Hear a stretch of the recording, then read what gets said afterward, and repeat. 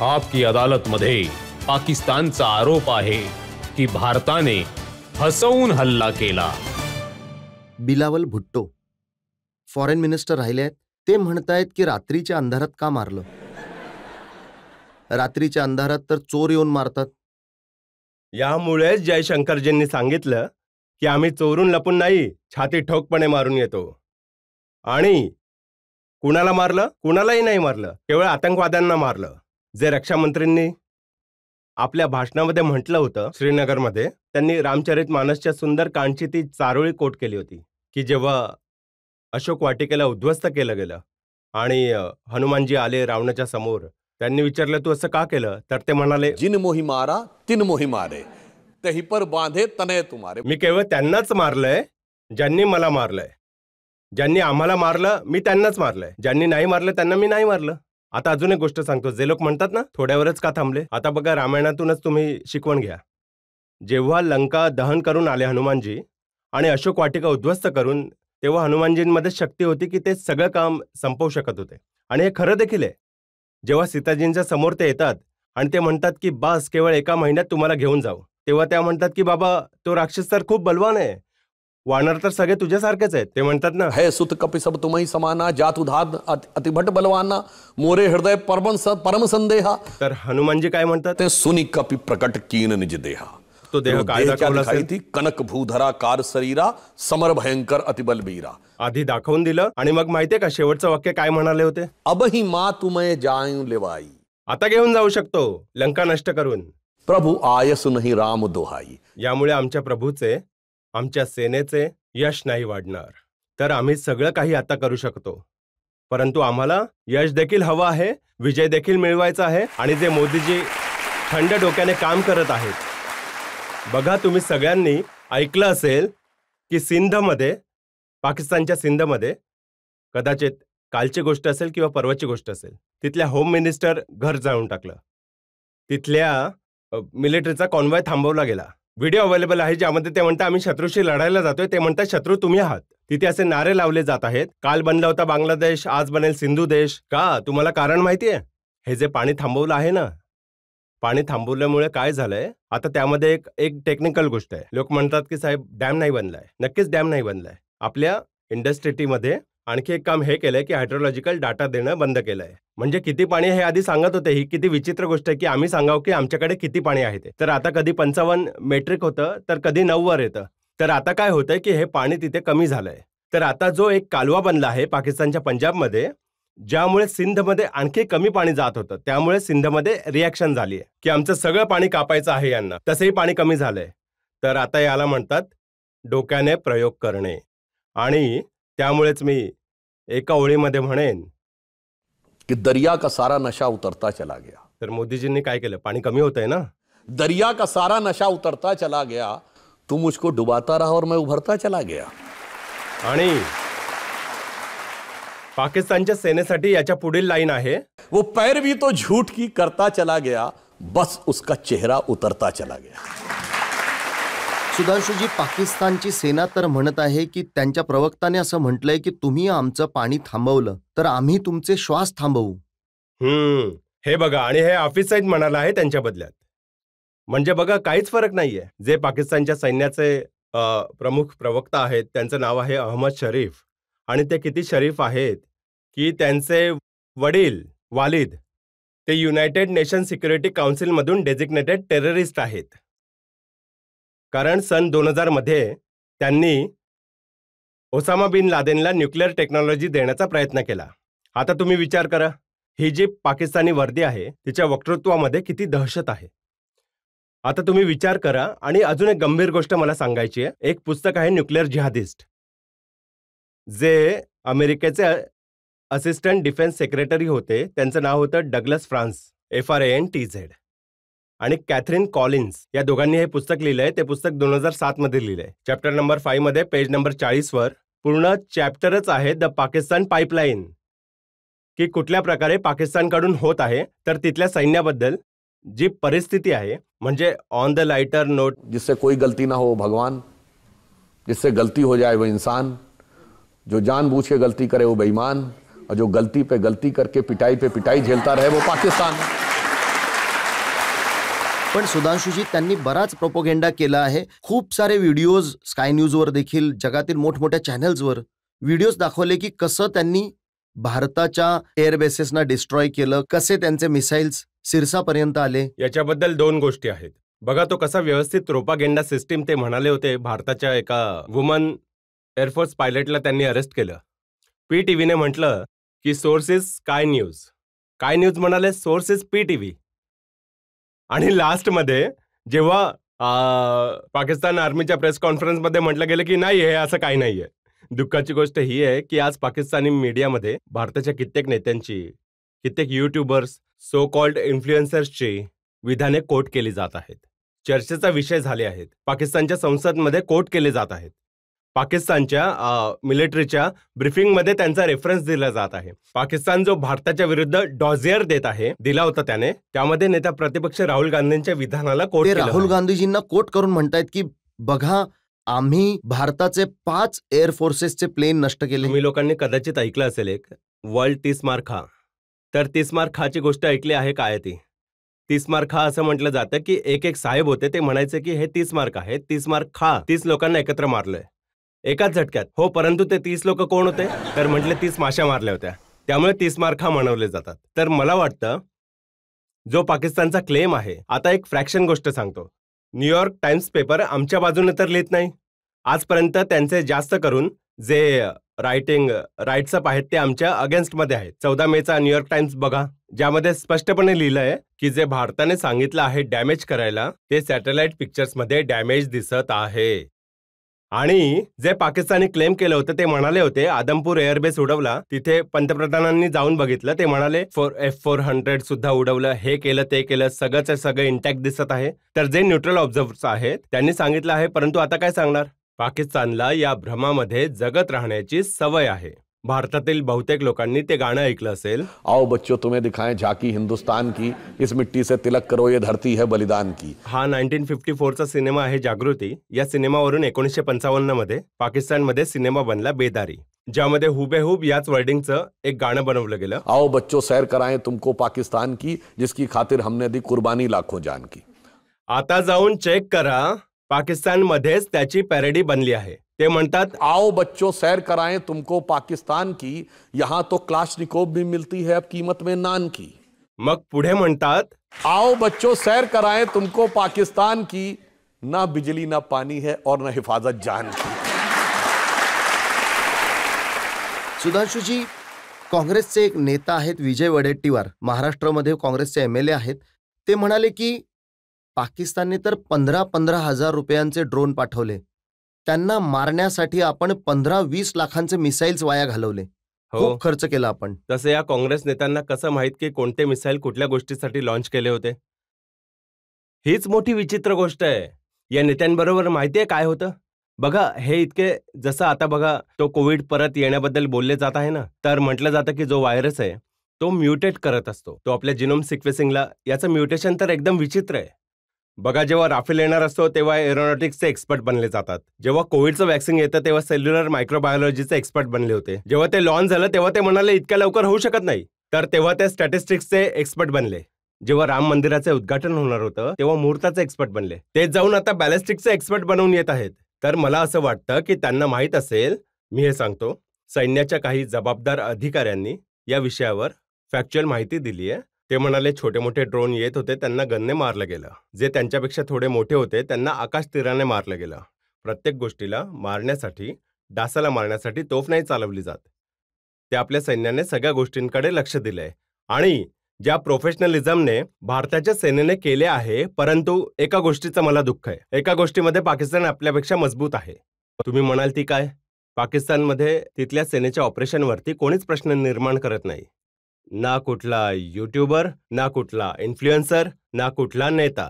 इथे अनेक प्रश्न विचारले जात आहेत. केवळ हीच एक गोष्ट लक्षात घेण्याची गरज आहे आणि म्हणूनच प्रामाणिकपणे पंतप्रधानजींनी एक प्रयत्न केला आहे. जे 7 डेलिगेशन पाठवलेत की पूर्ण जगाला हे वाटेल की भारत एकत्र आहे. आणि जे तुम्ही म्हणालात की पाकिस्तान आपल्या विधानांचा वापर करतोय, हे जेव्हा काँग्रेस सत्तेमध्ये होती तेव्हा देखील करत होते. आणि हे मी फॅक्ट्स बरोबर बोलत आहे. समझोता एक्सप्रेस पाकिस्तानने केली. आणि ही गोष्ट FBI आणि अमेरिकन एजन्सीच्या इन्व्हेस्टिगेशन मध्ये सुद्धा आहे. आधी IB देखील म्हणत होती की पाकिस्तानने केली. अचानक तुम्ही युटर्न घेतला आणि हिंदू टेररची थेअरी दिली. पाकिस्तान कोट करायला लागला. बघा, भारत आम्हाला म्हणतोय की हे करतोय. आता बघा 26/11 मसूद अझहरने केलं होतं आणि यांचे नेता विधान करायला. 26/11 इज RSS कॉन्फरन्सी. अजित बर्नींनी त्यावर पुस्तक लिहिलं, त्यांचं उद्घाटन झालं. पाकिस्तान म्हणायला लागला बघा हे. तर प्रॉब्लेम काय आहे, हे पाकिस्तानला कव्हर फायर सत्तेमध्ये देखील देतात आणि पाकिस्तानला कव्हर फायर विपक्षामध्ये असताना देखील देतात. मला विनम्रतेने म्हणायचं आहे, शिकायचं असेल तर आमच्याकडून शिका. 62च्या युद्धामध्ये जवाहरलाल नेहरूंच्या सरकारला या प्रकारे समर्थन दिलं होतं. केवळ जनसंघाने नाही, तेव्हा आमचं नाव जनसंघ होतं. राष्ट्रीय स्वयंसेवक संघाने देखील असं समर्थन दिलं की 26 जानेवारी 1963ला त्यांनी प्रजासत्ताक दिवसासाठी आमंत्रित केलं. 1965च्या युद्धामध्ये केवळ जनसंघानेच नाही, लाल बहादूर शास्त्रींनी ऑल पार्टी मीटिंगमध्ये द्वितीय सरसंघचालक गुरु गोलवलकरजींना बोलावलं. 1971च्या युद्धामध्ये ज्या पद्धतीने अटलजींनी इंदिराजींना समर्थन दिलं, ते संपूर्ण आजपर्यंत काँग्रेस ते कोट करतात. 1995 मध्ये जिनेवामध्ये ज्यावेळी पाकिस्तान आपल्या विरुद्ध प्रस्ताव घेऊन येत होता, नेता प्रतिपक्षाच्या रूपामध्ये अटलजी नरसिंहराव सरकार यांचं समर्थन करण्यासाठी गेले आणि नरसिंहराव सरकारला संपूर्ण क्रेडिट दिलं. घरामध्ये येऊन जी लढाई लढायची ती लढले. जेव्हा 2013 मध्ये नवाज शरीफने मनमोहन सिंग बद्दल आपत्तीजनक शब्द उच्चारले, तेव्हा मग मोदीजी चीफ मिनिस्टर म्हणून बोलले, कोण आहेत तो 125 करोड देशवासींबद्दल बोलणारा. परंतु कधी कधी माहितीये काय होतं, तुमच्याच कार्यक्रमाबद्दल मी बोलतोय. आपकी अदालतमध्ये अटलजींचा जो एपिसोड होता तो तुम्ही पहा. तर त्यामध्ये रजतजींनी त्यांना विचारलं की 71च्या लढाईमध्ये दुर्गा म्हटलं होतं इंदिराजींना. तर अटलजी म्हणाले, मी समर्थन केलं होतं पण मी दुर्गा नव्हतो म्हणालो. पेपरमध्ये छापलं गेलं होतं. मग ते म्हणाले, इंदिराजींची सगळ्यात ऑथेंटिक जीवनी पुपुल जॅकर्जींनी लिहिली. म्हणाले त्या माझ्याकडे आल्या, मी सांगितलं मी असं नव्हतं म्हणालो. मग त्यांनी सगळे त्या काळातील आर्काईव्ह, प्रोसिडिंग ऑफ पार्लमेंट आणि पेपर तपासणी त्यामध्ये कुठेच नाही मिळालं. तर अटलजींनी खूप मजेशीर पद्धतीने म्हटलं, मी समर्थन केलं होतं, मी नव्हतो म्हणालो, पण काय सांगू, दुर्गा पाठच सोडत नाहीये. जनतेमधून आपण प्रश्न घेऊ शकतो 1-2. हो. आता जर पाकिस्तानने पुन्हा काहीतरी कृत्य केलं किंवा कुठले आतंकवादी पाठवले तर भारत तेव्हा काय करेल? पंतप्रधान मोदीजींनी स्पष्ट केलं आहे की आता आमचं डॉक्ट्राईन हे असेल की any terrorist act will be consider as an act of war. आता काय होईल हे तुम्ही तुमचं समजू शकता, कारण तिन्ही वेळा आपण एक स्टेप पुढे गेलो. आता आपण पाकिस्तानला त्या ठिकाणी नेऊन पोहोचवलं आहे की आता एक महत्त्वपूर्ण गोष्ट तिथे बघा काय होईल ते. तिकडे सिंधमध्ये काय होत आहे, बलुचिस्तानमध्ये काय होत आहे, खैबर पख्तुनवामध्ये काय होत आहे. आणि तुम्ही सगळ्यात मजेशीर गोष्ट बघा, माहिती काय आहे, आर्मी चीफ काय म्हणाले ती तर एक बाब आहे. पाकिस्तानचे रक्षा मंत्री ख्वाजा आसिफने 2 दिवसांपूर्वी विधान केलंय की इथे खैबर पख्तुनवामध्ये जे तेहरीके तालिबान आहे, आजपर्यंत ते म्हणायचे की it is a proxy of Afghanistan, आज ते म्हणाले की it is a proxy of India. म्हणजे तो तेहरीके तालिबान जो म्हणतो पाकिस्तानमध्ये शरिया लागू आहे, परंतु हा प्युअर इस्लाम नाही, आणखी कट्टर असायला हवा, म्हणजे ज्यामध्ये महिलांनी बाहेर पडायचं नाही वगैरे वगैरे अशा गोष्टी सगळ्या. ते म्हणतायत की साहेब त्याला आमच्याशी जोडण्याचा प्रयत्न करते. याचा अर्थ ही गोष्ट आहे की 2 नेशन थिअरी जी 15 एप्रिलला मोठ्या थाटामाटाने आसिफ मुनीर साहेब दाखवत होते, त्याच्या चितळ्या उडाल्या आहेत. बाबा, कोण लढत आहे तिथे? अफगाणिस्तानमध्ये, त्या बलुचिस्तानमध्ये कोण लढतंय? तो मुस्लिम नाहीये का? सिंधमध्ये जो लढतो तो मुस्लिम नाहीये का? खैबर पख्तुनवामध्ये मुस्लिम नाहीये का? फाटामध्ये फेडरल ऍडमिनिस्ट्रेटिव्ह जो ट्रायबल एरिया तिथे जो लढतो तो मुस्लिम नाहीये? POK मध्ये जे त्यांच्या विरुद्ध चालू आहे, आणि बांगलादेश काय होता, मुस्लिम नव्हता? त्यामध्ये आणखी एक गोष्ट लक्षात घ्या, आज पाकिस्तानची परिस्थिती माहितीये काय? याच लोकांना त्यांनी समजावलं होतं की या एकत्र मिळून राहूया, 2 नेशन थिअरी आहे, सगळे मुस्लिम एकत्र राहूया. तर मला यावेळी पाकिस्तानच्या जनतेबद्दल खूप हे वाटतं, एक सहानुभूती वाटते की ते तर पाकिस्तानच्या सैन्यामध्ये असे कैद केले आहे, जसं म्हणतात ना की कैद में है बुलबुल सय्याद मुस्कुराए, रहा भी न जाए चुप रहा भी न जाए. परंतु जी त्यांची जनता होती, म्हणजे बलुचिस्तानचे लोक, सिंधूचे लोक आणि अदर प्रोव्हिन्सेसचे लोक, त्या लोकांच्या हृदयामध्ये आज पाकिस्तानची स्थिती माहितीये काय आहे? जुनं गाणं तुम्हाला रजतजी आठवत असेल, रहते थे कभी जिनके दिल में हम जान से भी प्यारों की तरह, बैठे हैं उन्हीं के कूचे में पर आज गुनहगारों की तरह. परंतु आता जे पुढे आहेत, आम्ही त्यांना त्या ठिकाणी हळूहळू घेऊन जात आहोत की ते आता पुढे असं म्हणतील कि स्वरूप धरे जीने के लिए बैठे हैं हजारों जहर पिए, ठोकर न लगाना हम खुद हैं गिरती हुई दीवारों की तरह. सुधांशुजी, फ्युचरसाठी मोदी म्हणाले आहेत, ते म्हणाले की रात्रीच्या अंधारात जेव्हा आपण सूर्य उगवतो तेव्हा शत्रूला दिसून येतं भारत माता की जय. 15 ऑगस्ट 2016 कदाचित पंतप्रधानजींनी बलुचिस्तानचा विषय उचलला होता. त्या दिवशी रात्री एका इंग्रजी चॅनलवर टीव्ही डिबेट झालं, तर बलुचिस्तानच्या प्रतिनिधीच्या रूपामध्ये वॉशिंग्टन DC वरून एक अहमद मुस्तिरखा बसले होते आणि पाकिस्तानकडून जनरल शफकत सईद. आता त्यामध्ये जे तुम्ही बोललात त्याला जाऊन हे कनेक्ट होईल. तर त्याने सांगितलं, बलुची नेत्याने, की या पूर्ण एरियामध्ये there are countries which are having an ethnicity and identity, like Uzbekistan is having an Uzbek identity, Kazakhstan is having Kazakh identity, and Afghanistan is having an Afghan identity. But if there is only one fake country in this region which is having no identity, that is Pakistan. मग काय झालं, जे पाकिस्तानचे प्रतिनिधी बसले होते ते असं म्हणाले की what you are talking about, are you not Pakistani. मग तो बलूच नेता काय म्हणाला, I am Baloch, I am not Pakistani. आता ऐका त्याच्या पुढे जे जनरल शफकत सईद म्हणाला, तो म्हणाला, if you are not Pakistani are you Hindustani, then what is your identity. आता ऐका मजेशीर गोष्ट, अहमद मुस्तिरखा असं म्हणाला की we are Baloch, we are not Pakistani. आमची मग हिंदीमध्ये बोलला, आमची आयडेंटिटी आहे की आम्ही हिंगलाज माताची संताने आहोत. आता ऐका, याच्यानंतर तो पाकिस्तानी म्हणतो, आता तो इंग्लिश चॅनलवर फक्त हिंदीवर नाही आला तर अरे तुरेवर आला. त्याला म्हणाला, अरे हिंगलाज माता कशाला, भारत माता का नाही म्हणत तू. आता ऐका, त्यानंतर अहमद मुस्तिरखा म्हणतो की हो, मी पुन्हा रिपीट करतो की आम्ही बलूच आहोत, आम्ही पाकिस्तानी नाही आहोत, आम्ही हिंगलाज मातेची संताने आहोत आणि मला हे म्हणण्यात अजिबात म्हणजेच काहीच संकोच खेद नाहीये. भारत माता की जय. आणि त्यानंतर जर त्याने टेम्पर लूज केलं, म्हणायला लागला की तुम्ही मोदीची माणसं आहात, हे आहे ते आहे असं बोलायला लागला. म्हणूनच जेव्हा तुम्ही भारत माता की जय म्हणालात, ही खूप खोल भावना आहे. आणि तुम्हाला माहितीये भावना कुठून येते. पंतप्रधानजी कर्णी माता मंदिरात काही दिवसांपूर्वी गेले होते बिकानेर दौऱ्यामध्ये. तसं कर्णी माता मंदिर तुम्हाला माहितीये ना, प्रसिद्ध मंदिर ज्यामध्ये उंदीर बरेचसे बघायला मिळतात. भारत कसा जोडला जातो बघा. भारत मातेची भावना कुठून येते. जेव्हा तुम्ही कर्णी मातेकडे जाऊन श्रद्धेने आपलं डोकं टेकवता, तेव्हा वैष्णोदेवीशी देखील तुमची श्रद्धा जोडली जाते. पूर्वमध्ये कामाख्या देवीशी जोडली जाते, मध्यमध्ये विंध्यवासिनीशी जोडली जाते, पश्चिमेला मुंबा देवीशी जोडली जाते, दक्षिणेला कन्याकुमारीशी जोडली जाते. पूर्ण राष्ट्र तुमच्या समोर एक वाटलं जातं आणि त्याहीपेक्षावर ढाकाच्या ढाकेश्वरीशी देखील जोडली जाते आणि बलुचिस्तानाच्या हिंगलाज मातेशी देखील जोडली जाते. ठिकाण कुठेही कुठलंही असो, पूर्ण भारत एकाकार होऊन तुमच्या समोर तुम्हाला दिसतो. म्हणूनच ज्यांना भारत मातेचा अर्थ माहीत नाही, हा भारत एक जिवंत राष्ट्र आहे, ज्याला ना कापले जाऊ शकत ना विभागले जाऊ शकत. It is not the part of land. Land कुठेही निघून गेली असेल, ते आपल्या कॉन्शियसचा भाग आहे. आणि कोणीतरी म्हणेल हा नुसता थॉट आहे, हे असंच आहे. तर मी त्याला एक छोटीशी गोष्ट विचारतो. ननकाना साहेब आणि करतारपूर साहेब आता पाकिस्तानमध्ये आहेत फिजिकली, परंतु ते भारताच्या इतिहास संस्कृतीचा भाग आहे की पाकिस्तानच्या. इंडस व्हॅली सिव्हिलायझेशनचा मेजर एरिया तिकडे आहे, ते त्याचा भाग आहेत की आपला भाग. आणखी काय आपल्या राष्ट्रगीतामध्ये पंजाब सिंध गुजरात मराठा आहे. सिंध भलेही तिकडे असेल, पण ती भारताच्या चेतनेचा भाग आहे. म्हणूनच भारत आणि भारत मातेला समजणं या लोकांच्याकडून होणं शक्य नाही. पण लोकांना तर हे जाणून घ्यायचंय की हा बलुचिस्तान कधी वेगळा होईल. हे बघा, वेळ आल्यावर सगळ्या गोष्टी होतात, एवढं नक्की. तिथले बलुचिस्तानचे लोक म्हणतायत, मी नाही म्हणतोय, कि सरफरोशी की तमन्ना अब हमारे दिल में है, देखना है जोर कितना बाजुए कातिल में है, और आगे वक्त आने पर बता देंगे तुझे आसमां, हम अभी से क्या बता दें जो हमारे दिल में है. तसं मी एक टेक्निकल गोष्ट देखील सांगतो. आज भारत या परिस्थितीमध्ये का आहे. मोदीजींनी 10 वर्षांमध्ये भारताला ज्या पोझिशनमध्ये आणलंय, तुम्ही तो पॉइंट लक्षात घ्या. 10 वर्षापूर्वी डिफेन्स प्रोडक्शनमध्ये आपण खूप कमी होतो. आज 1,27 करोड रुपयांचा डिफेन्स प्रोडक्शन आहे. एक छोटीशी गोष्ट आहे. असं नाही की आमच्या सायंटिस्टमध्ये आणि इंजिनियर्समध्ये दम नव्हता.